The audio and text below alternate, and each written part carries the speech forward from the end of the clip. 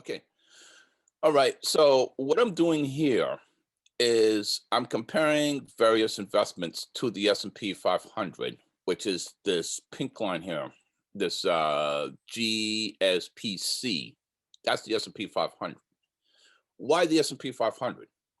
Well, it's a market weighted index that represents 85% of the capitalization on the US financial markets. It's big time. It's very important. It's a benchmark. It's the index that most, if not all, fund managers over a long period of time fail to beat. And it's a passive investment.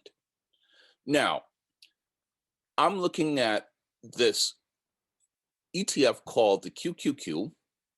That is an ETF based on the top 100 stocks on the NASDAQ.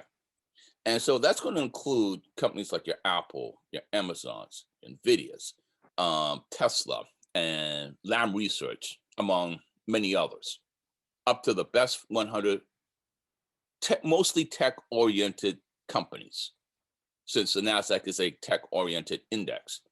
And as you see, over, let's say, 2 years, it has outperformed the S&P. You can even go, let's say, 5 years. Look at that. Yes, this is the S&P down here, and this is the QQQ. Again, the QQQ has done better over a long period of time. Let's take a look at the SMH index. The SMH index is based on, it's a semiconductor-based index, which has, you know, your NVIDIA, Lam Research, Taiwan Semiconductor, Qualcomm. Right now, the world is facing a semiconductor shortage, and in general, in the past, that's what it's always been an issue.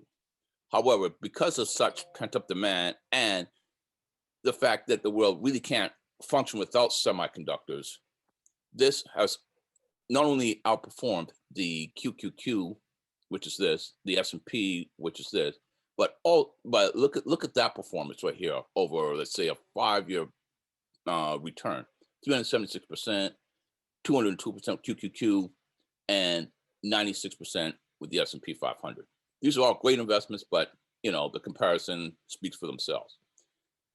Finally, there's one that I'm looking at called ARKK. That's a Kathy Woods, who is becoming quite the guru in fund management, and invests in the most innovative companies that are on the American stock exchanges.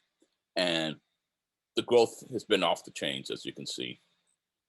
And that's why I do these various comparisons to the S&P 500. And if it's consistent over time, as these 3 investments have been, then obviously these are great investments or great ETFs to hold.